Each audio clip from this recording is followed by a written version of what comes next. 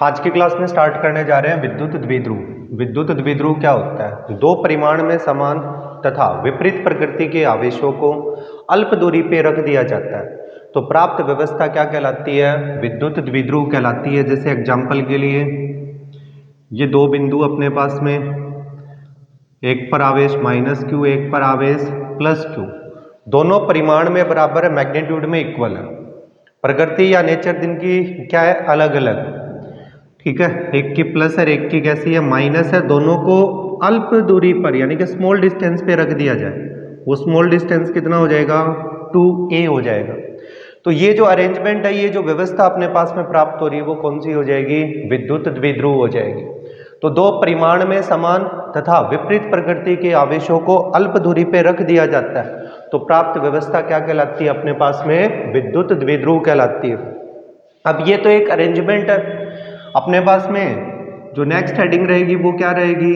विद्युत द्विध्रुव आघूर्ण, इलेक्ट्रिक डाइपोल मोमेंट जिसको अपन बोलते हैं। तो विद्युत द्विध्रुव आघूर्ण क्या रहता है? देखना, इसे डिनोट करते हैं P से।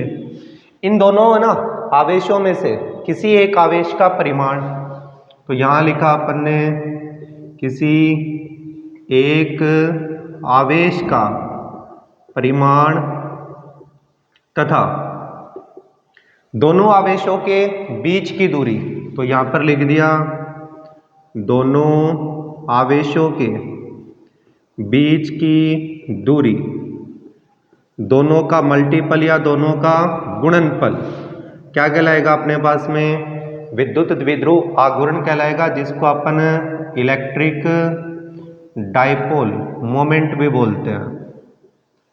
क्लियर? तो यहां पर अपने पास में ना किसी एक आवेश का परिमाण, दोनों में से किसी एक का मैग्नीट्यूड ले लो। मैग्नीट्यूड हमेशा कैसी राशि होती है? पॉजिटिव होती है। तो दोनों के बीच की दूरी अपने पास में कितनी होगी? 2a हो गई। तो q × 2a क्या कहलाएगा? अपने पास में विद्युत द्विध्रुव आघूर्ण कहलाएगा। इसे है ना सदिश राशि होती है ये, जिसे p से डिनोट करते हैं, सदिश राशि होती है भाई। अब सदिश राशि में परिमाण के साथ में दिशा भी होती है, इसे अपन किससे डिनोट कर देंगे? p वेक्टर से। तो इसकी दिशा क्या रहेगी? डायरेक्शन क्या रहेगा? दिशा इसकी अपने पास में ये क्या है?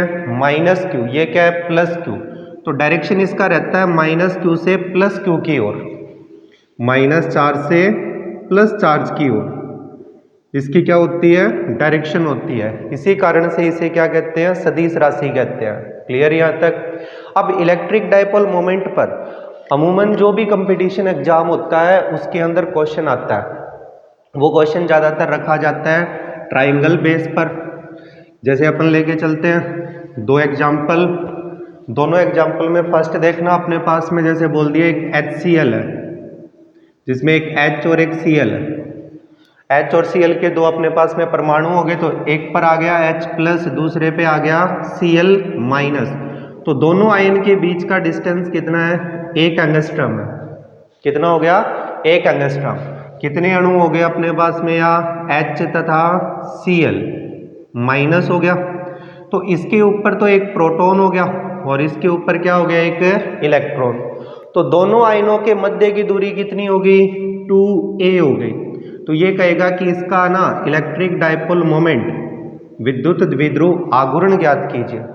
तो यहां पर विद्युत द्विध्रुव बनाया जाए, a बिंदु, ये b बिंदु, इस पर -q, इस पर +q। अब -q की जगह तो क्या आ जाएगा? Cl-, +q की जगह पर क्या आ जाएगा? H+। दोनों के बीच का जो डिस्टेंस है वो कितना हो गया? 1 एंगस्ट्रम हो गया। तो यहां से अपने पास में q की जगह, एक पे प्रोटॉन और एक पे क्या है? इलेक्ट्रॉन। दोनों का चार्ज क्या होता है? एक पर धनावेश आता है, एक पर ऋणावेश।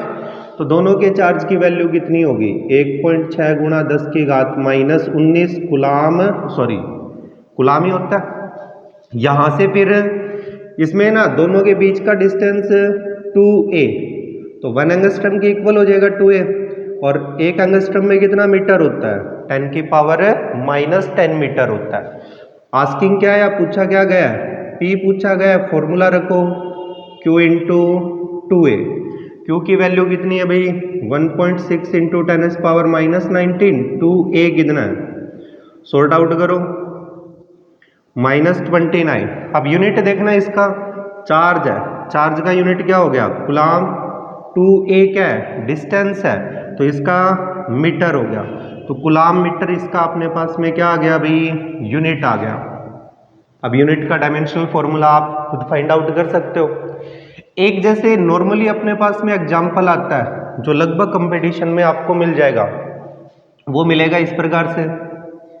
एक कोई अपने पास में इक्विलैटरल ट्राइंगल दे दिया, ठीक है भाई, समबाहु त्रिभुज जिसको बोलते हैं, ए हो गया, ये बी हो गया और इधर बिंदु सी हो गया। इसके ऊपर यहां दे दिया माइनस का 2Q, इस पर दे दिया प्लस Q, इस पर दे दिया प्लस Q।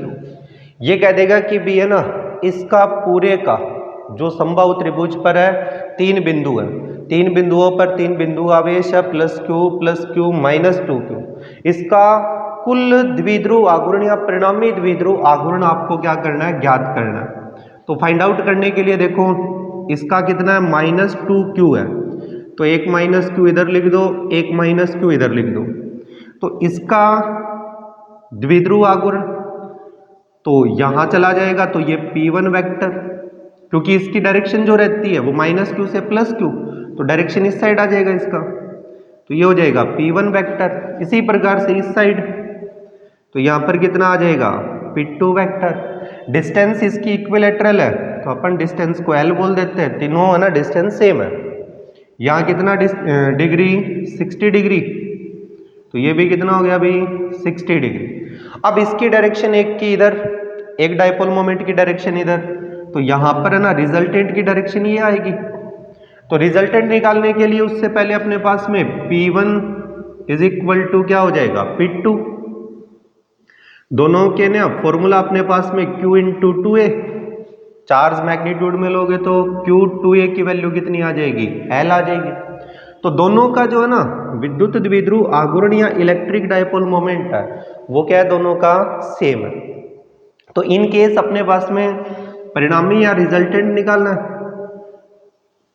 तो रिजल्टेंट डायपोल मोमेंट या परिणामी द्विध्रुव आघूर्ण किसे कहेंगे, इसको फाइंड आउट करने के लिए फॉर्मूला अपने पास में P1 square P2 square 2P1 P2 cos theta, theta कितना डिग्री भाई 60 डिग्री। क्यों, क्योंकि ना इन दोनों के बीच का एंगल कितना है भाई 60 डिग्री है, तो एक P1 इस साइड हो गया, दूसरा P2 इस साइड आ जाएगा। तो यहां से अपने पास में वैल्यू रखो, दोनों इक्वल है, तो यहां पर अपने पास में कितना आ जाएगा P1 प्लस P2, तो यहां से P2 की जगह पे कितना रख देंगे P1 रख देंगे, तो ये 2P1 स्क्वायर कोस 60 डिग्री, कोस 60 की वैल्यू कितनी होती है 1/2, ठीक है भाई। तो यहां से कितना आ जाएगा 2P1 स्क्वायर, इस साइड फिर 1/2 आएगा,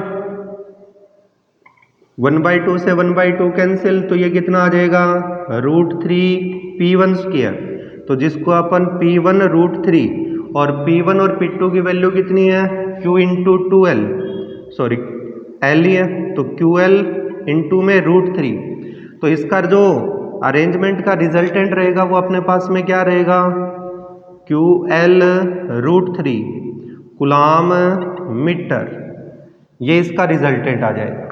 तो इलेक्ट्रिक डायपोल मोमेंट पर कोई भी कंपटीशन एग्जाम आता है तो उस कंपटीशन एग्जाम में अपने पास में नॉर्मली तो ये पूछा जाता है, परंतु ज्यादातर है ना इसी ट्राइंगल के ऊपर क्वेश्चन पूछा जाता है। इसका यूनिट जैसे अपन ने क्या पढ़ा कूलाम मीटर, तो वैसे ही एक और यूनिट होता है इसका डिबाई, ठीक है भाई, एक और यूनिट इसका क्या होता है डिबाई होता है। बाकी इससे बाहर कोई क्वेश्चन डायपोल मोमेंट से जाएगा नहीं।